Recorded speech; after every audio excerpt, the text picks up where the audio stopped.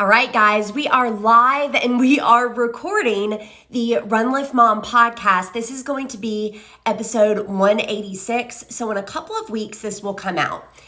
Here's what's happening right now. I'm actually testing this out as a way to both record the podcast and be a little bit more present on Instagram. A couple weeks ago, I asked listeners of the show for questions related to running, lifting, and motherhood. You guys must be tired of momming because the only questions I got were related to run and lifting. Hi, guys. And, I thought I would do this in relative obscurity, but I've got a few people here with me. So here's what's happening, guys. I actually got a few personal questions. I'm going to address those first. Then you're going to hear me be quiet.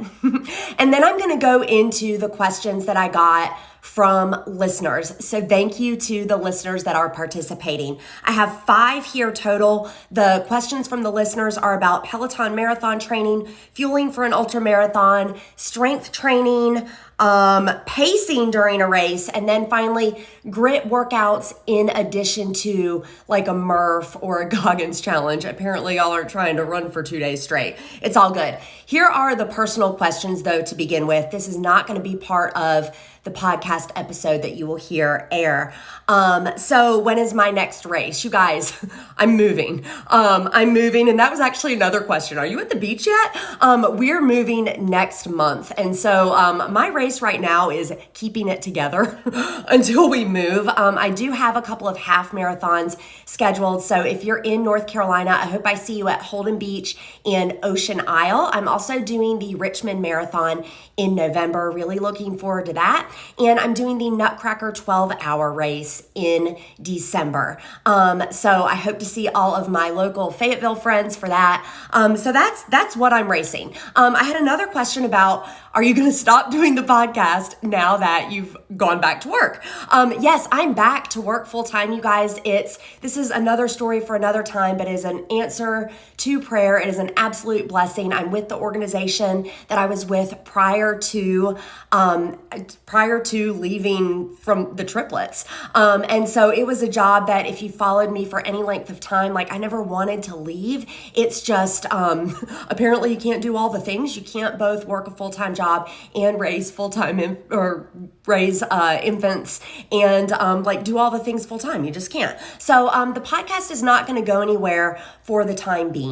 As you heard, if you caught the opening of this, the episode I'm about to record here live is actually something that will air in 2 weeks. So I am constantly in this pattern of doing the interviews and then they're kind of in the hopper for the next few weeks. So I've got like the next month and a half of the podcast ready to go for you. I'm really, really excited. You're going to be excited to hear from Dr. Nick Fuller, who is doing some really cool research around weight loss specific to runners. So I've got that interview coming up for you. I've got the founder of Infinilean. You guys, Jen has got the coolest story. And if you don't know what Infinilean is, it's a belt it's a elastic belt that you put on beltless pants. i.e. leggings that won't stay up, or if you're on a weight loss journey, it's this one thing that you can use. That way you can extend the life of said leggings or shorts or whatever it is. So that's a really neat conversation that I've got with her. I've got Sanbei Zen talking about adversity. There's a lot of great stuff coming up on the podcast. You're going to see me do a lot of testing. And the reason why I'm doing a lot of testing here on Instagram and maybe in other spaces is because I have not hit my stride and I don't know what the podcast is going to look like alongside full-time work. Full-time work is my priority. The podcast is a passion project. My employer is really supportive of multi-passionate people, and I'm very grateful for that. So you're going to see me doing some experimenting because if I can kill 2 birds with 1 stone, i.e. record this Q&A show, and then make that an episode for later, that's going to be a best case scenario for me. So speaking of that, let's go ahead and start. If you have questions, yes, I'm going to repurpose this audio for the podcast, but I am watching the comments here. So if you've got questions about something that I'm discussing, lay them out there, my friend, lay them out there. Okay, the first question, Jenny says, do you know anything about Peloton marathon training? I'm glad you asked this, Jenny. I'm glad you asked it because I actually just dove into this. So shout out to my friend Rachel who put this on my radar. I wanted to see it from a macro level. So if you're like me and you've been up in the Peloton app, you've seen that there are training programs. There's actually a really great 8-week program that gets you ready to run. So if you're not yet a runner and you want something that's run, walk, and then eases you a little bit more into running, that is a great program, highly recommended. What happens on your app is you join the program, and then instead of opening your app and looking for classes to join, they're there for you. Like, for example, you would have 5 classes to take in a week. They would be running classes or run walk classes specific to the program that you're in. And then you kind of mark those off. They gamify it. You can earn badges and whatnot. But I know that you're asking specifically about the Peloton outdoor training program. I'm going to put this in the notes below. Rachel gave me like a macro level view of the training program, so I was able to look at it, because the problem with these Peloton programs is from the app, you can only see what you have that week. Well, as a retired running coach and just in general as an exercise nerd, I need to see the big picture. I need to see the macro level, right? Like, I can't see it week by week. And so I did get the full 18 weeks to take a peek at, and I want to give you some of my thoughts on this. First and foremost, you see these 3 pages? It's 18 weeks long. It's 18 weeks long. Now, I like this because in Peloton, they split it up 6, 6, and 6, which is really fantastic. Another thing that I adore about this program is it focuses on minutes instead of miles. So you're really looking for, like, as an example, week 1, run number 1, they always ask you to do a 10-minute warm up, and that, regardless of whether you're following Peloton or a different program, you should always warm up. So they've got you doing a 10-minute warm up, and then they've got you doing a 30-minute tempo run as your first run on week 1. So let's say that you run a 10-minute mile. Now we know that tempo run, right, is probably going to be a little bit like faster than that 10-minute mile, but let's just, for simple math's sake, right? That means you're going to run 4 miles on that day 1.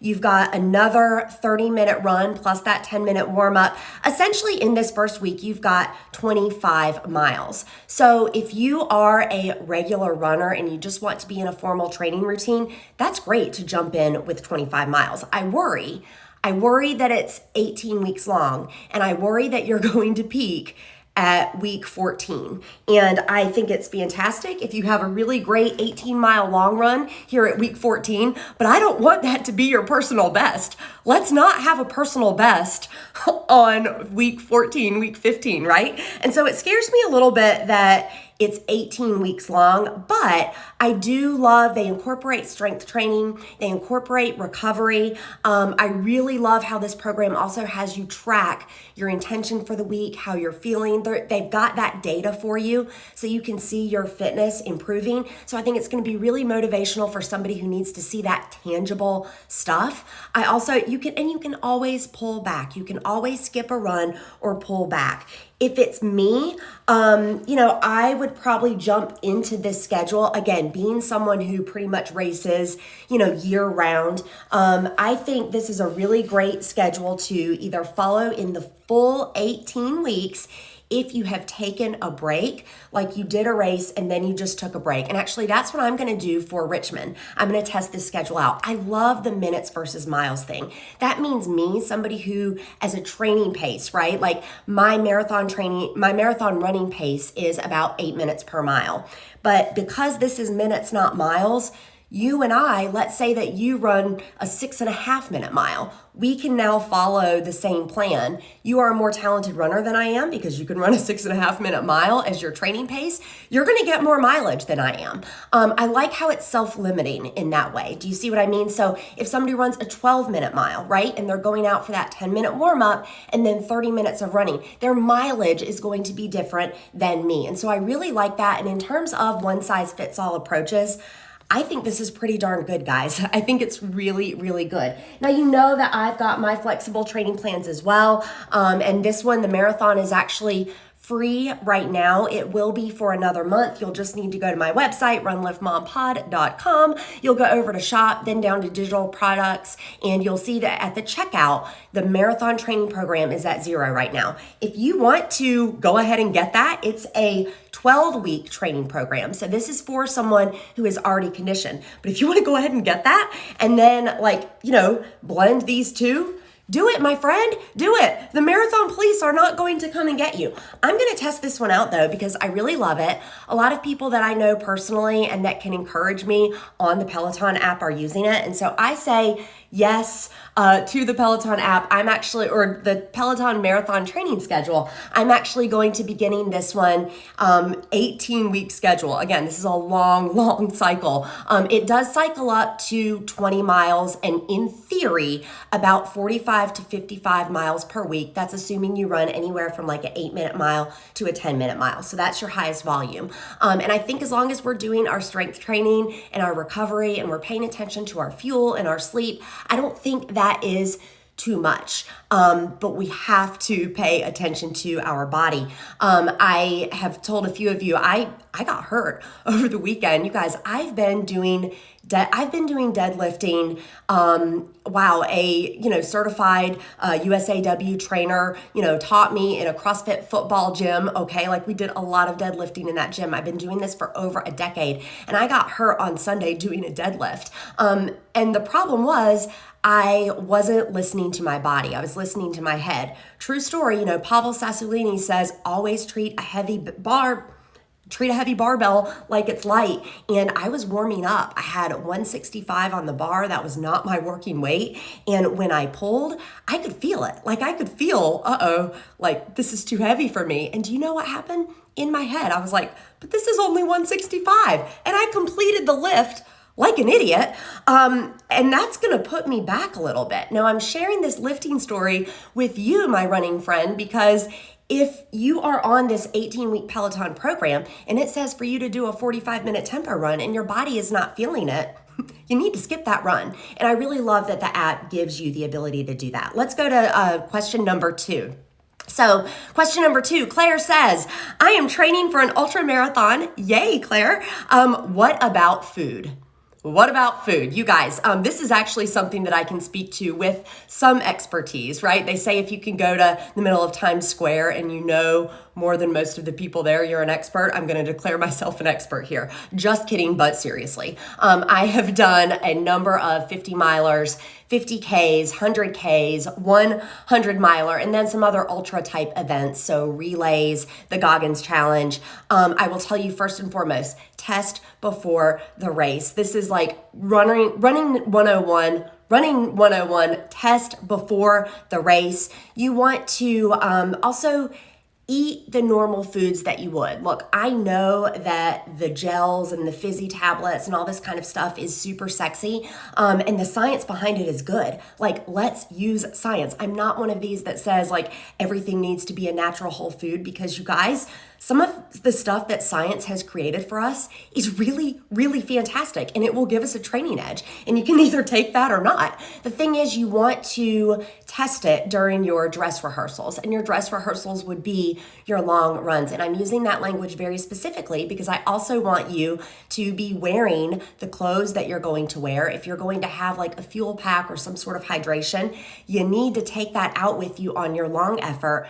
That way on race day, I even like the concept of packing a drop bag. On an ultra marathon course, a drop bag is where you have a bag full of fueling supplies at different points on the course. Maybe you set up that scenario, right? Like you've got extra socks in there, you've got your fuel, whatever. And so test before the race, and then try to stick to the pattern that you normally would. And what I mean by this is I'm someone, as an example, who plays around with intermittent fasting. And so I would say probably 5 days out of the week, I'm waiting until noon, which gives me about an 18-hour fast before I eat. So for me to go out and race and eat a huge breakfast first thing in the morning, like all of the other racers, that makes zero sense. That is not what my body is used to. And so if I have a longer effort, like that 12-hour race that's coming up in December, what I'm gonna do is toy around with eating small breakfasts on my long effort or my double effort days. That way, my body is used to having some calories. And then I'm gonna find that minimum effective dose with some of our science-based supplements, which again, there are two schools of thought here. I am of the school of thought that everything you put in your body should not be a chemical, storm. But on the other hand, like science has given us some really fantastic stuff. And so if you can find that minimum effective dose to give you the edge, that is a best case scenario. And so I want you to, again, think about the pattern and the timing. And no matter what you take in, whether it's fresh food fuels, so real food. So what I mean by that is you'll see on the ultra course, salted potatoes are really popular. Sweet potato, I've seen runners run with sweet potatoes. Okay, what they do is they bake them, they take the peel off, and then they just have like in a little Ziploc bag. They will bite off the top and think of it. It's like a gel, but it's a sweet potato. I've seen the same thing with bananas, right? Like you've got a gel, but it's a real food. And it's a quick burning carbohydrate. The reason they're taking the peel off of that potato is because that's where a lot of the fiber is, and that is not something that you want on race day. And so there's a real mental shift here, especially for ultra running, where you need the quick burning carbohydrate. This is not your ticket to eat Pop-Tarts and M&Ms and all this other stuff. You will see it at the fueling stations at an ultra marathon. You can have it, but make sure you've tested with it at your dress rehearsal during your long runs. Make sure you've tested with it. Quick burning carbohydrates. And I think this is a real mindset shift for a lot of runners because we're typically health conscious people. And so we're used to, right, high protein, leafy greens, a lot of volume. I want to be satiated. Well, that's great until race day and your body is in constant movement. And Claire did not say how long her ultra marathon was, but she said ultra marathon. So I'm assuming it's outside of that 26.2 miles. She's going to be out there 5+ hours.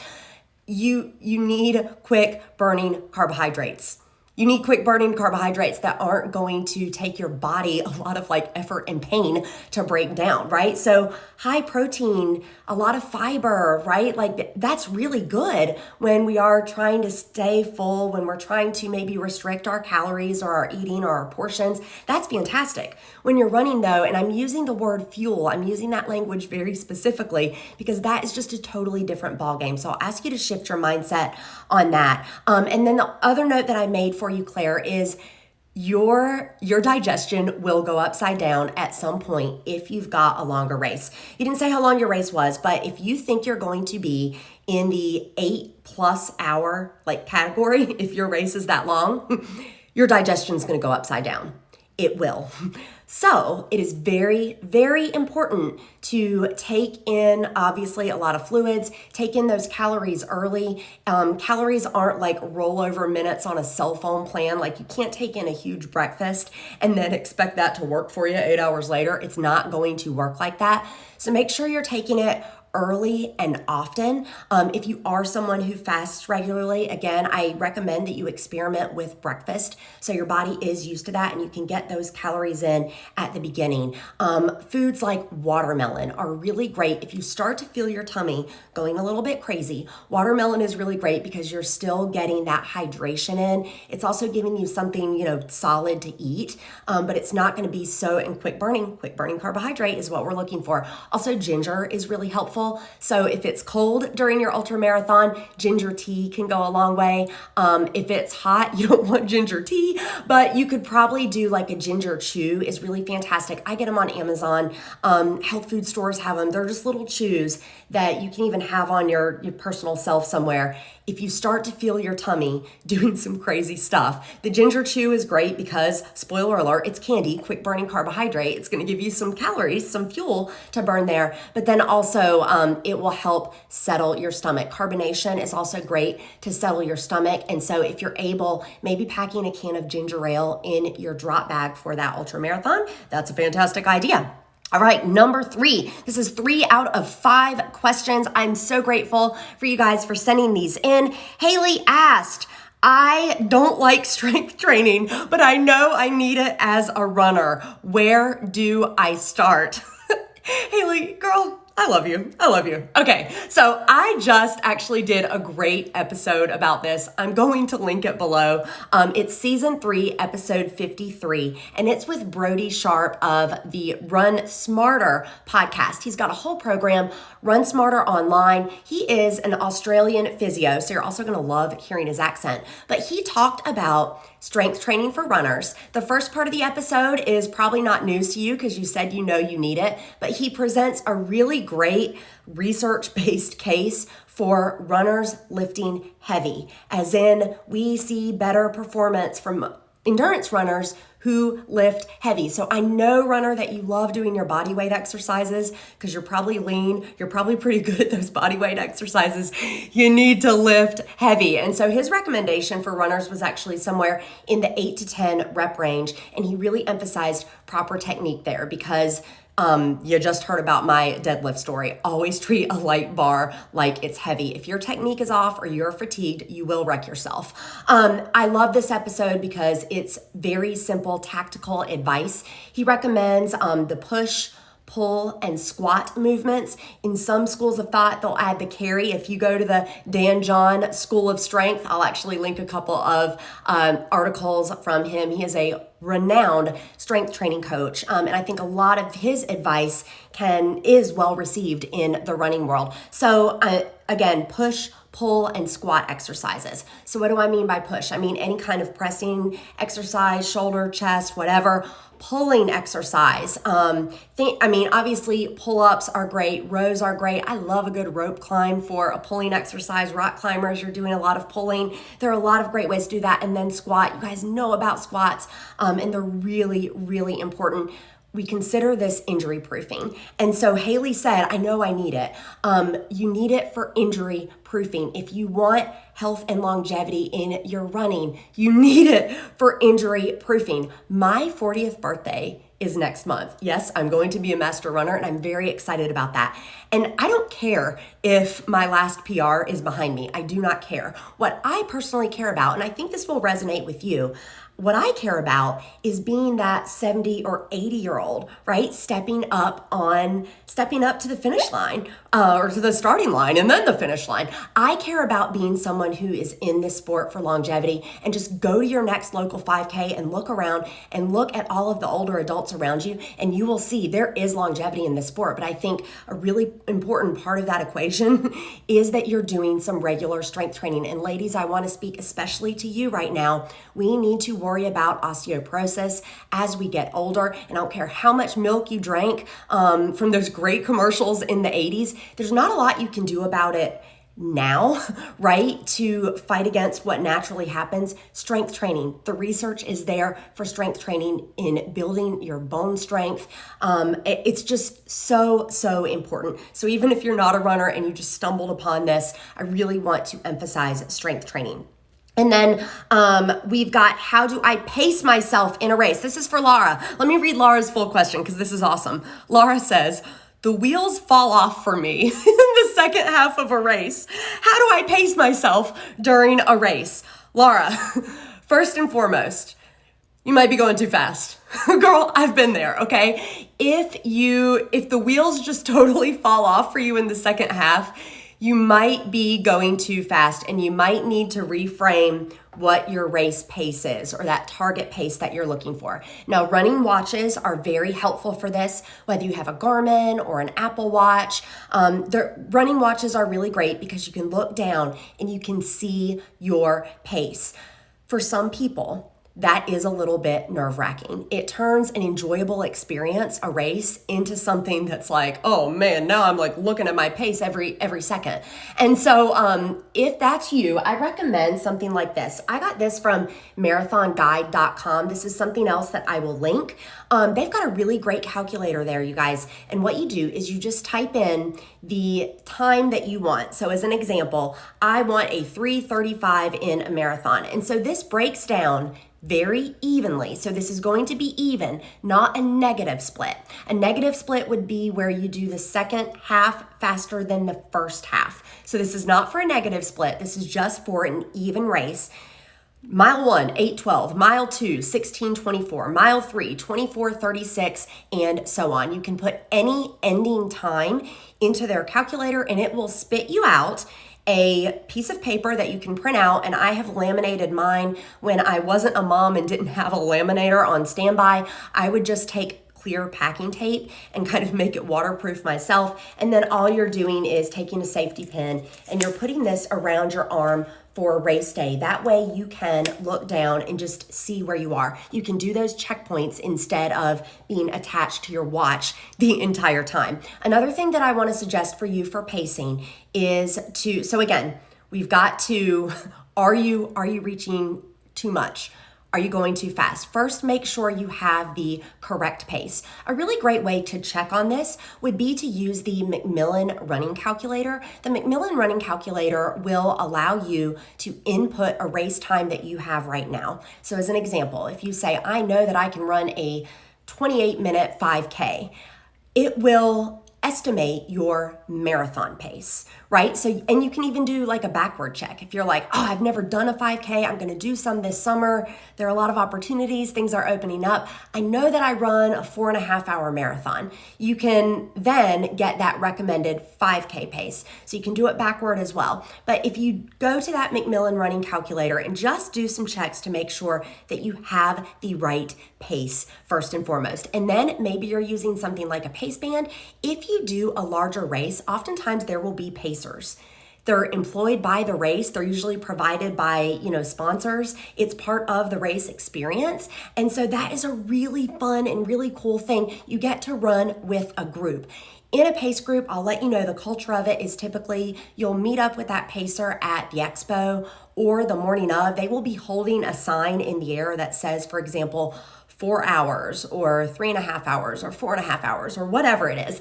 This is very common at like half marathons as well. Whatever your ending time that you want is, they will be holding that, that sign. This is not something typically that you need to sign up for. It's just a service provided by the race. You'll probably meet up with that person in the corral, and all of you introverts, hear me when I say, you'll just need to say, yeah, I'm going to try to hang with you. My name is Susie, whatever. You don't need to talk. This doesn't need to be a group run. You don't need to talk to these people the entire time. Now there are people that will talk with their pacer the entire time. Like they want built-in entertainment. And if that's you, like if you need to run with people, that's a good thing too, right? There will always be people in the pace groups that want to make it a social thing, but there are also people that just want to keep that person in sight. And I think, quite honestly, Laura, I think maybe this is you. If you could just keep that pacer in sight who has the ending time that you're looking for, just keep that person in sight, and then you can pace off of them. That means you don't even need a pace band. That means you don't even need your watch if you don't want to. Just hang with that person. And a lot of times when we get that mental exhaustion in a marathon, that's really helpful, right? Like I don't have to do math. I don't have to be looking at my watch. I don't have to do any of that stuff. I just need to make sure that this person is in sight.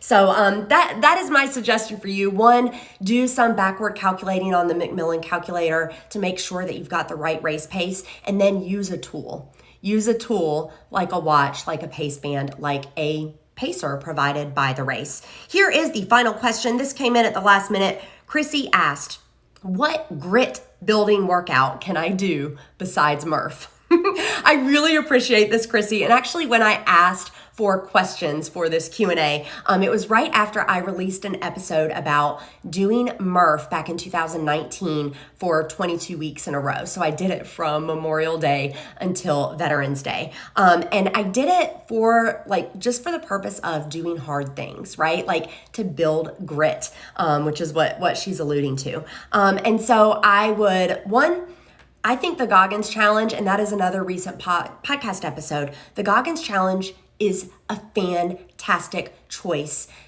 I don't think there is you need to be this fast of a runner to do this. If you run slower, you're going to get less recovery time. Simple as that. If you can complete it's 4 miles every 4 hours for 48 hours. And so I don't think there's a line in the sand. I think anybody can do it. Slower runners, you're going to get less time, but you just cover 4 miles. Part of it could be walking. I love that one, although it does take some dedicated time. Like you're going to need 2 days.